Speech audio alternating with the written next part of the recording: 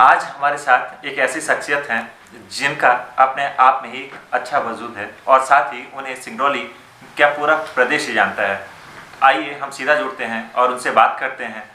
आज हमारे साथ हमारे विशेष मेहमान हैं श्रीकांत देव सिंह जी, जो कि प्रदेश उपाध्यक्ष हैं, और साथ ही वर्दी खटाई रियासत के राजकुमार साहब। तो आइए हम सीधा जुड़ते हैं और उनसे बात करते हैं। प्रदेश उपाध्यक्ष की उपलब्धि, आप इसको किस नज़रिए से देखते हैं?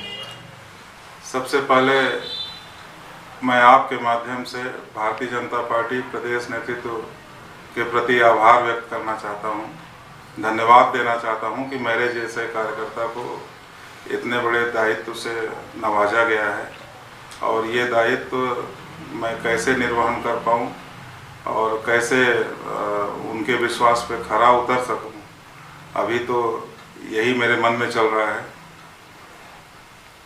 पहले कल तक सिंगरौली के जिलाध्यक्ष के रूप में जाने जाते रहे हैं और साथ ही सिंगरौली की जनता आपको एक गार्जियन के तौर पर देखती रही। अब ऐसे में प्रदेश उपाध्यक्ष एक बड़ी जवाबदारी, कैसे निर्वहन होगा, क्या कुछ समस्याएं आएंगी, क्या लगता है आपको? देखिए, ये प्रदेश उपाध्यक्ष का जो दायित्व मुझे मिला है, ये मेरे लिए केवल सम्मान पाने का अथवा खुश होने का अवसर नहीं है, बल्कि ये मेरे लिए चुनौती का विषय है और मेरे लिए परीक्षा का विषय है कि किसी भी हाल में पार्टी को सर्वस्पर्शी सर्वव्यापी बनाया जाए, पार्टी का हर बूथ मजबूत हो। अभी तो ये सबसे बड़ी चुनौती है और इस चुनौती को स्वीकार करके हम सब लोग मिलकर भारतीय जनता पार्टी में काम करने वाले हैं। प्रदेश उपाध्यक्ष बनने के बाद सिंगरौली आगमन के दौरान लगभग 10,000 की जनता ने आपका स्वागत किया, तो क्या कुछ लगता है जनता का इस प्यार के बारे में? क्योंकि ये ऐसी जनता थी जो पैसे देकर नहीं लाई गई थी, जो स्वयं अपने से आई थी। तो इस जनता के प्यार को आप किस नजरिए से देखते हैं? सचमुच में अभूतपूर्व, अद्भुत, मतलब ये अकल्पनीय था।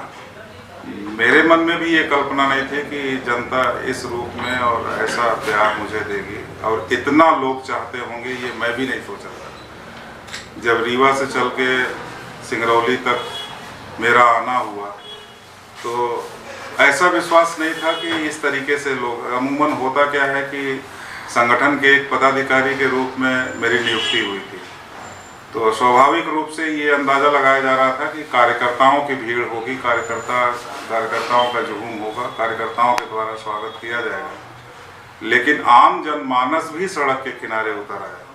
क्या बच्चे, क्या महिलाएं, क्या बूढ़े, सब लोग, जो स्नेह और प्यार मिला है, मैं अपने आप को गौरवान्वित महसूस कर रहा हूँ। साथ में ये चुनौती भी स्वीकार कर रहा हूँ कि जन अपेक्षाएं बढ़ी हैं, उन अपेक्षाओं पे खरे उतरना है। तो लगातार जो चीज़ें सामने आई, चूँकि सिंगरौली बीजेपी का गढ़ माना जाता रहा है, सीएम साहब ने भी इस चीज़ को बाकायदा घुटने के बल अभिवादन किया था सिंगरौली की जनता का। तो ऐसे में आपका प्रदेश उपाध्यक्ष बनना और जनता की उम्मीदों पर कितना कुछ खरा उतर पाएंगे, इसके बारे में क्या कहेंगे? ये एकदम सत्य है कि ये सिंगरौली जिला भारतीय जनता पार्टी के हिसाब से गढ़ है, क्योंकि सन 2004 में ये पहली बार पार्टी के हिसाब से, संगठन के हिसाब से अलग जिला बना था ये, और उस समय मुझे पहले जिलाध्यक्ष के रूप में यहाँ काम करने का अवसर मिला था। उस समय से लेकर आज तक लगभग 16-17 साल हो गए जिला बने हुए संगठन के दृष्टि से। वैसे तो राजस्व का जिला 2008 में हुआ, लेकिन 2004 से लेकर अभी तक 16-17 सालों में पार्टी यहाँ नीचे तक मजबूत हुई है और यहाँ के जो निष्ठावान, ऊर्जावान कार्यकर्ता हैं, वो पार्टी को बहुत मजबूती प्रदान करने में उनका हमेशा योगदान रहा है।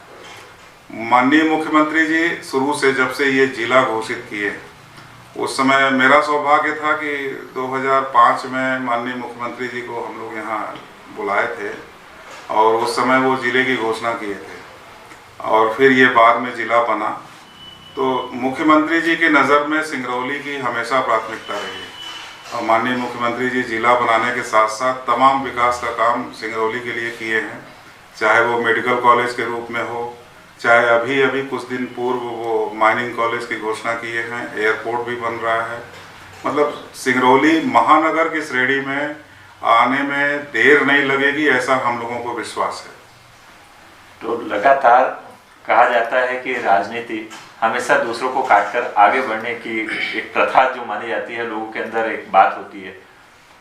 आप आज प्रदेश उपाध्यक्ष के तौर पर यदि यहाँ पर बैठे हैं तो क्या माना जाए कि इसमें कितने लोग आपसे नाराज हुए हैं या कितने लोग आपकी इस कामयाबी पर खुश हुए? तो इसमें अगर आप एक परसेंटेज का आंकड़ा आपको देना हो तो आप क्या देंगे?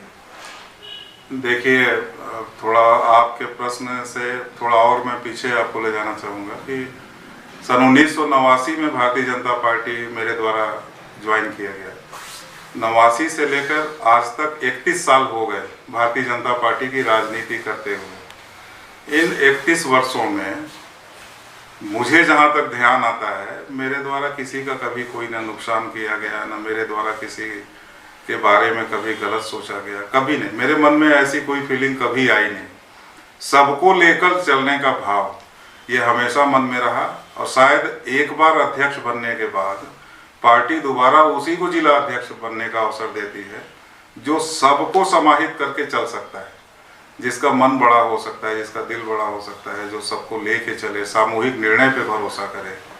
तो इस नाते मुझे नहीं लगता कि किसी को बहुत नाराजगी हुई होगी। सारे कार्यकर्ताओं में बड़ा जबरदस्त उत्साह था। दूसरी बात, जब ये कार्यक्रम हो रहा था तो आप लोग भी ये महसूस किए होंगे कि भारतीय जनता पार्टी के लगभग सारे नेता, पदाधिकारी, कार्यकर्ता सब एक साथ एक मंच पे थे। कोई ऐसा नहीं था जो न रहा हो। सबकी उपस्थिति थी, सबने आशीर्वाद दिया, सबने ये विश्वास दिलाया कि इस मौके पे हम सब लोग मिलकर साथ खड़े हैं। तो प्रदेश उपाध्यक्ष के तौर पे और सिंगरौली का प्रतिनिधित्व करते हुए आपकी प्राथमिकताएं क्या होंगी जिले को लेकर? देखिए, अभी तो जो संगठन का काम मिला है, तो संगठन के हिसाब से मुझे तो पूरे मध्य प्रदेश की जिम्मेदारी है। अब आगे जो पार्टी का अपना संविधान है, अपना जो सिस्टम है, उसके मुताबिक कोई ना कोई अन्य जिला, अन्य संभाग मुझे मिल सकता है काम करने का। लेकिन भले ही किसी अन्य संभाग में काम करने का अवसर मिले, अन्य जिले में काम करने का अवसर मिले, लेकिन जो मेरा मन मस्तिष्क है वो सिंगरौली सीधी के लिए है कि सिंगरौली सीधी को कैसे भी करके पार्टी की दृष्टि से मजबूत बनाया जाए। हर बूथ हमारा मजबूत हो। पार्टी जहां अभी नहीं पहुंच पाई है, जहां कार्यकर्ता नहीं गढ़े गए हैं, वहां भी पार्टी पहुंच सके। अभी तो ये प्राथमिकता होगी। रहा सवाल विकास का, तो निश्चित है कि जो यहाँ की बातें होंगी, जो यहाँ की आवश्यकताएं होंगी, उसे संगठन के माध्यम से माननीय शिवराज जी तक पहुँचाने का काम भी करने का सोचा गया है। वो उस पर हम लोग जरूर ध्यान देंगे।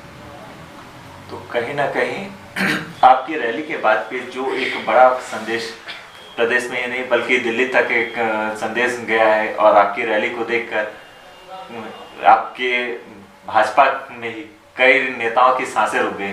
तो क्या कुछ कहेंगे अगर प्रदेश के अलावा अगर आपको देश की जवाबदारी मिलती है या पार्टी में कोई बड़ा पद मिलता है? देखिए, ये तो पार्टी जो कहेगी। हम लोग पार्टी के सच्चे सिपाही हैं, सच्चे कार्यकर्ता हैं। तो क्या माना जाए ये उन बड़े नेताओं के लिए एक छोटा सा संदेश था कि आने वाले समय पे आप कहीं ना कहीं उनको भी टक्कर दे सकते हैं? नहीं, ऐसा कोई संदेश की बात नहीं है।